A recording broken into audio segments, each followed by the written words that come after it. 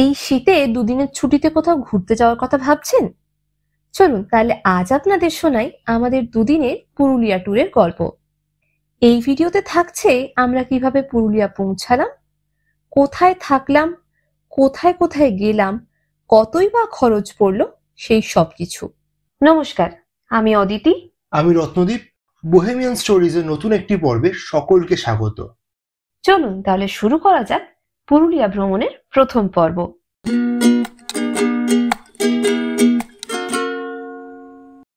আমাদের যাত্রা শুরু হয়েছিল হাওড়া স্টেশন থেকে। চক্রধরপুর এক্সপ্রেস ধরে আমরা পৌঁছে গিয়েছিলাম পুরুলিয়াতে। চক্রধরপুর এক্সপ্রেসের সময় রাত 11:35। সকালবেলা মোটামুটি ওই 6:30 নাগাদ পুরুলিয়ায় পৌঁছে দেয়। স্লিপারের খরচ পড়ে 220 টাকা। এই ট্যুরে কিন্তু আমরা দুজন বাদেও রয়েছেন আরো 14 জন। চলুন তাদের সঙ্গেও আপনাদের ধীরে ধীরে পরিচয় করাবো। আমরা পুরুলিয়াতে 2 দিন 1 রাত ছিলাম। খরচ পড়েছিল মোটামুটি 3000 মতো।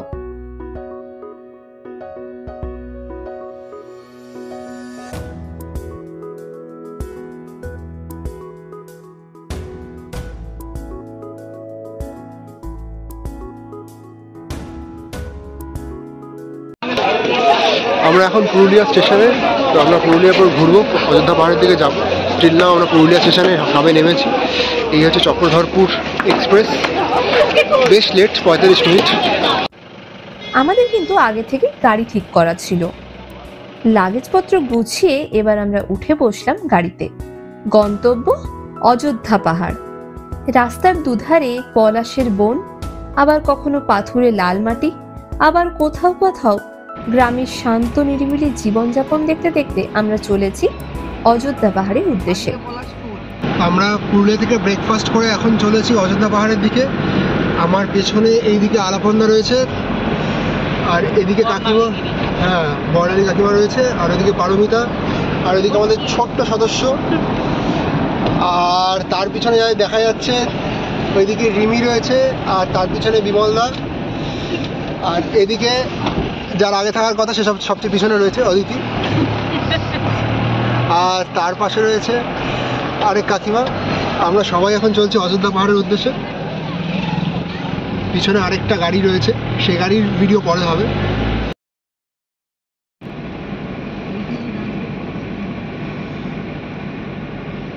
আমরা অযোধ্যা পাহাড়ের দিকে চলেছি এখন। মাঝপথে একটুখানি দাঁড়িয়েছি।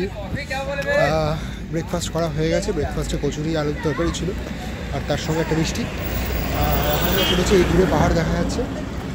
আজকে আবহাওয়াটা বেশ ভালো। গত কয়েকদিন বেশ গরম ছিল, কিন্তু আজকে গরমটা অনেকটা কম। মেঘলা করে রয়েছে, কখন বৃষ্টি আসবে বোঝা যাচ্ছে না। আমরা এখন চলেছি। আজকে হোটেলে গিয়ে ফ্রেশ হয়ে তারপরে আবার আমরা সাইট সিইং করতে বেরোবো ফার্স্ট ডে। কেমন লাগছে? খুব ভালো লাগছে। তোর নাম কি? আচ্ছা। রাস্তায় যেতে যেতে পড়লো এস টার্নিং পয়েন্ট। এই জায়গাটি কিন্তু আপনারা অনেকেই পুরুলিয়ার ছবি কিংবা ভিডিওতে দেখেছেন। পিছনে একদম পাহাড় দেখা যাচ্ছে, আর আমাদের সঙ্গে এই যে আলাপন্দা রয়েছে। আলাপন্দা কেমন লাগছে? দুর্দান্ত। আলাপন্দা কৃষ্ণনগর থেকে এসছে আমাদের সঙ্গে, আর এই যে অদিতি।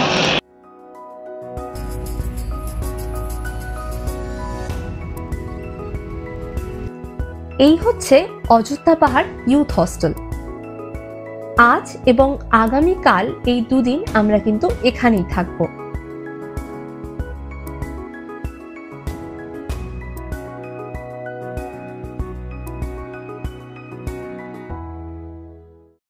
বলেন দাদা, কেমন লাগছে? আপনাকেও দারুণ লাগছে। পলাশপুরের মালা পরে দারুণ লাগছে। বলো আলাপন্দা। হোটেলের সমস্ত রকম ফর্মালিটিস পূরণ করে আমরা এবার রুমের দিকে এগোচ্ছি। চলুন আপনাদের রুমগুলো দেখাই, আর সেই সঙ্গে রুমের ভাড়া কিরকম কি পড়ে তা আপনাদেরকে জানাবো। আমরা নিয়েছিলাম non AC double bedded room. এই রুমের ভাড়া 1000 টাকা। আর আপনি যদি এসি ডাবল বেডেড রুম নিতে চান সেক্ষেত্রে ভাড়া পড়বে 1100 টাকা। এছাড়া এখানে কিন্তু ডরমেটরির ব্যবস্থাও রয়েছে, আপনারা চাইলে সেটাও বুক করতে পারেন। ইউথ হস্টেলের বুকিং এর লিংক নিচে ডেসক্রিপশন বক্সে দেওয়া থাকবে।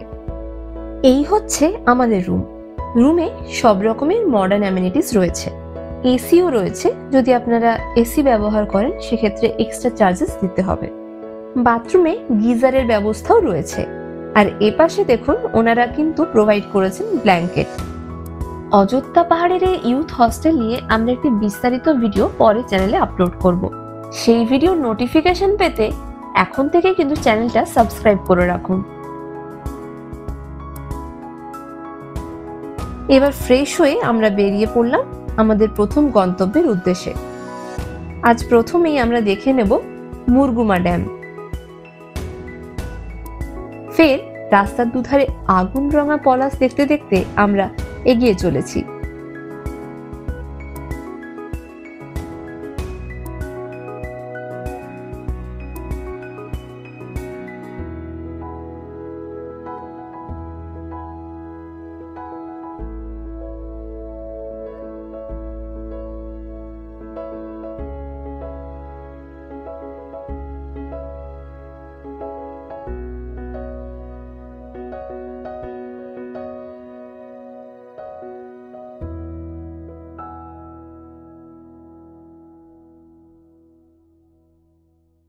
আমরা এখন রয়েছি মুরগুমা ড্যামে। পুরুলিয়া জেলার যে কটি টুরিস্ট স্পট রয়েছে তার মধ্যে অন্যতম গুরুত্বপূর্ণ হচ্ছে এই মুরগুমা ড্যাম। হ্যাঁ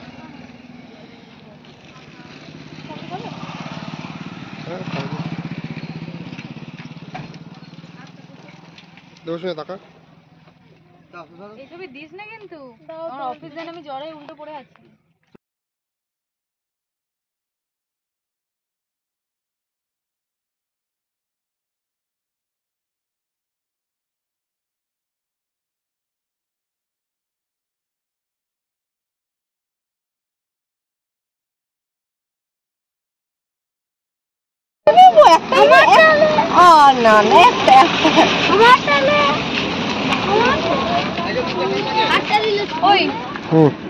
দিচ্ছি। তুমি নেবে? আমি কি নেবো? তুমি নিলে না, আমি দিয়ে দিচ্ছি টাকা। আমি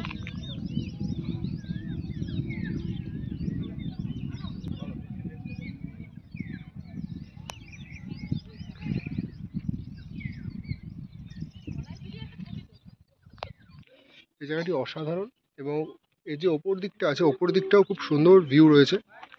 তো ছবি তোলার জন্য একটি আদর্শ জায়গা যারা পুরুলিয়ায় আসবেন। যদিও সবে শীতকাল শেষ হয়েছে বলে মুরগুমা ড্যামের জল অতটা নেই এখন। এরপর আমরা যাব সুইসাইড পয়েন্ট এবং তারপর ময়ূর পাহাড় দেখে আমরা লাঞ্চ করব এবং তারপরে আজকের মতো হোটেলে চলে যাব। আর টাকা সুইসাইড পয়েন্টে চলেছে অদিতি। আদৌ কেন যাচ্ছে আমি জানি না। কেমন লাগছে বাবু সুইসাইড পয়েন্টে গিয়ে? বলো তো একটু কেমন লাগছে সুইসাইড পয়েন্টে গিয়ে, বলো। এখনো পৌঁছাইনি, কি করে বলবো।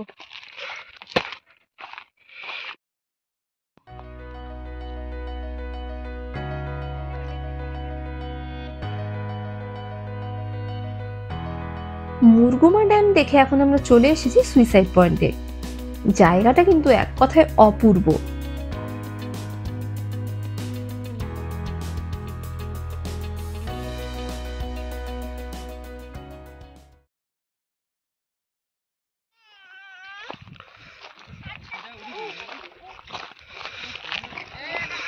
ও দাদা, কেমন লাগছে সুইসাইড পয়েন্টে এসে? ভালো লাগছে?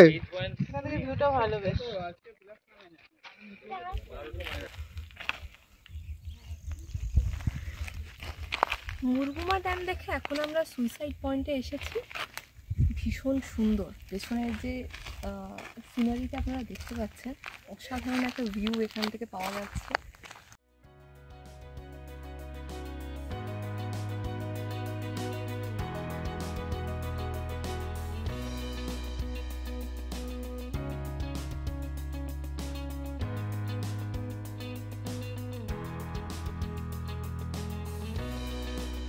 এবার লাঞ্চ করার পালা। রাস্তার পাশে একটি হোটেলে আমরা খাওয়া দাওয়া সেরে নিলাম। মেনুতে কিন্তু অনেক ধরনের পদই ছিল। আলু পোস্ত, ডাল, ঝুরি আলু ভাজা, একটা সবজি, সেই সঙ্গে মাছের পিস কিন্তু বেশ ভালো। খাবারের স্বাদ খুব ভালো বলবো না, তবে দাম অনুপাতে ঠিকঠাক। খাওয়া দাওয়া সেরে এখন আমরা চলে এসেছি সীতাকুণ্ড দেখতে। স্থানীয়রা মনে করেন এই অযোধ্যা পাহাড়ে রাম সীতা এসেছিলেন, আর সেইখান থেকেই এই কুণ্ডের নাম হয়েছে সীতাকুণ্ড। এই সীতাকুণ্ড থেকে অনবরত মাটির নিচ থেকে জল এবং কাদামাটি বুদবুদ হিসেবে উপরে উঠে আসছে, যেমনটা আপনারা দেখতে পাচ্ছেন। তবে এটি কিন্তু কোনো অলৌকিক ঘটনা নয়। আপনি যদি স্থানীয়দের গল্পগাথাকে দূরে সরিয়ে রেখে ভূগোলের ভাষায় ভাবতে চান, তাহলে এটিকে বলা হয় আর্টেজিওকুব। পুরুলিয়ার প্রথম দিনে আমাদের ঘোরাঘুরি আজ এই পর্যন্তই। এই সিরিজের পরবর্তী ভিডিওগুলো দেখার জন্য এখন থেকে চ্যানেলটা সাবস্ক্রাইব করে রাখুন।